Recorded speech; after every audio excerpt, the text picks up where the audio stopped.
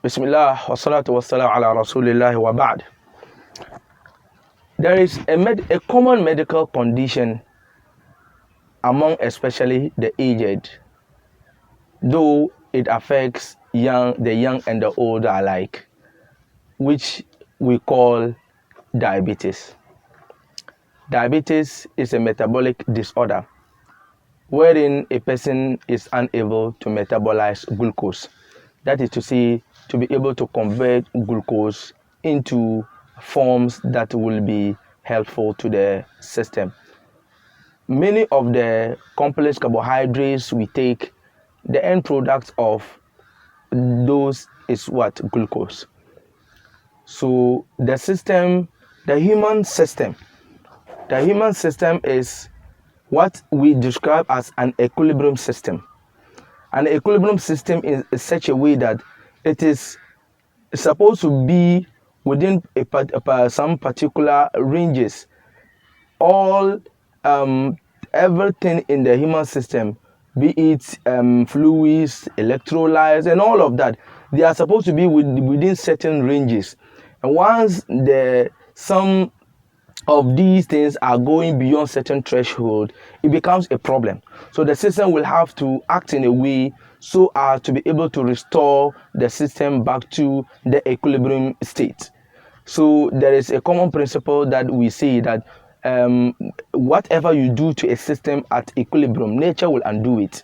So we call it the Lechetle's principle, that when a system at equilibrium is subjected to a stress, you see that the equilibrium position will move in a way to nullify that effect, the effect of that particular stress. So the human system is a perfect equilibrium system, that you cannot have something being very low and very, very high. There's a problem. So the system will have to act in ways so as to restore it to normalcy.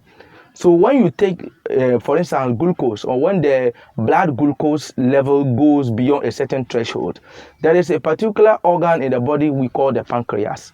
And in the pancreas, we have something within the pancreas we call the islets of Langerhans. And these cells, which we call the islets of Langerhans, also have what we call beta cells and alpha cells. So the beta cells in this particular pancreas produces a hormone we call insulin and glucagon. When the blood glucose goes high, the insulin is released to convert the excess glucose into glycogen.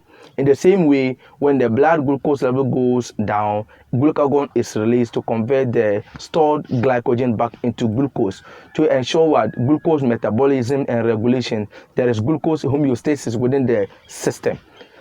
Now, for some reason, some clients are unable to metabolize glucose. It can be a type 1 where there is no insulin production at all due to some infection or cancer of the pancreas or whatever. The client is unable to produce insulin. These people will not focus much on them. But there's another category of diabetics, we call them the type 2 diabetics.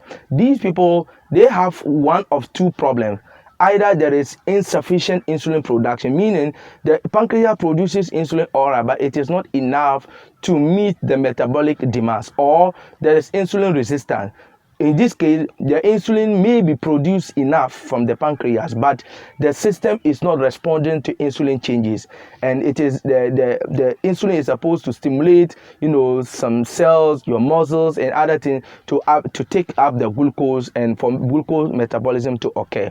These people who are the type 2 diabetics, the first line drug usually that is used to help them is what we call metformin.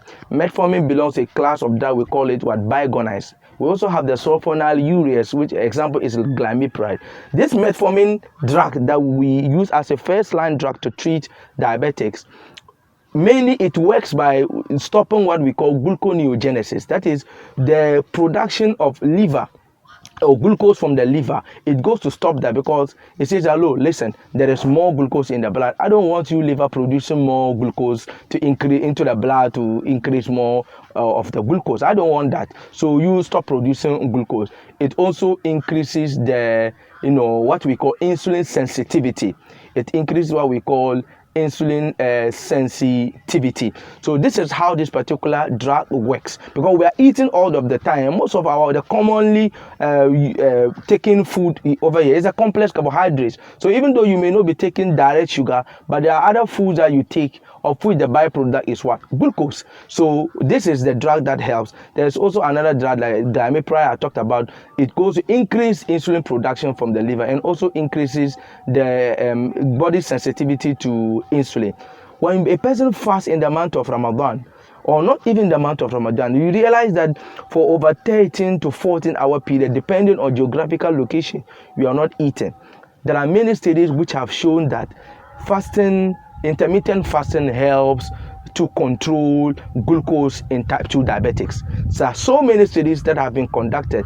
So you know that if you were to have a mother or father, aged parent who is diabetic, you could use that as a case study, monitor their glucose level before the Ramadan and then throughout the month of Ramadan, and after the month of Ramadan, then you realize that there will be a significant control of the blood glucose of these particular diabetic patients. And some of these studies have been conducted by Muslims and non-Muslims alike, which shows that fasting, intermittent fasting, especially in the month of Ramadan, helps the type 2 diabetics to be able to regulate and control their glucose better. Obviously, because they are not eating for a longer period of time, so it allows the system to make use of the excess glucose, and though the glucose reserves that are there, are begin to get depleted, and it helps in the control of their sugar. One of the major problems we have today is consistency. There are many of us, we initiate something good, and then in the next 1 week, we develop cold feet. Ramadan presents a wonderful opportunity for Muslims to control our habit. Some psychologists say that a person who is able to maintain consistency in a particular action for 21 days is more likely to develop a habit. There are people who are finding it difficult to give up smoking, to give up many other, bad habits that impact their health negatively. But because of, the higher levels of Iman in the month of Ramadan, mashallah, they are able to stop smoking at least for 13, 14 hours. Some go a long way even after breaking their fast, they do not smoke.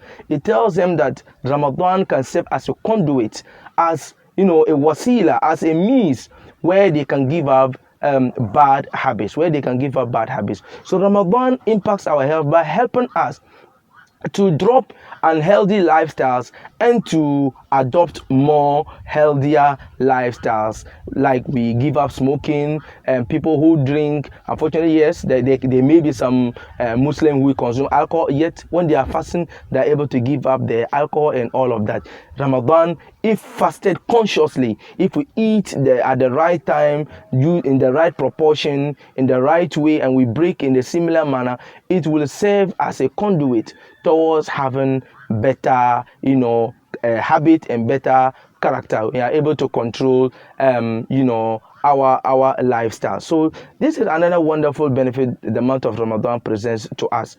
Ramadan, or fasting in the month of Ramadan, helps us to be able to, as it were, improve. Some studies have shown that fasting throughout the month of Ramadan, 29-30 period, it improves brain functioning. There are many studies which have proven that fasting in the month of Ramadan improves the function of our brain. And I am a living testimony, and I have had colleagues who have given this testimony. I become more effective in terms of studies, in terms of many other things I do when I am fasting, not just in the month of Ramadan. Many a time when I fast, I become more effective and more focused, more concentrated on the things I do. So Ramadan, fasting intermittently, and especially in the month of Ramadan, can help to improve our neurological functioning as well. We hope and pray that Allah subhanahu wa ta'ala enables us to adopt healthy lifestyles in this month of Ramadan, which will go a long way to help us become physically fit and emotionally sound. Wassalamu alaikum wa rahmatullahi ta'ala wa barakatuh.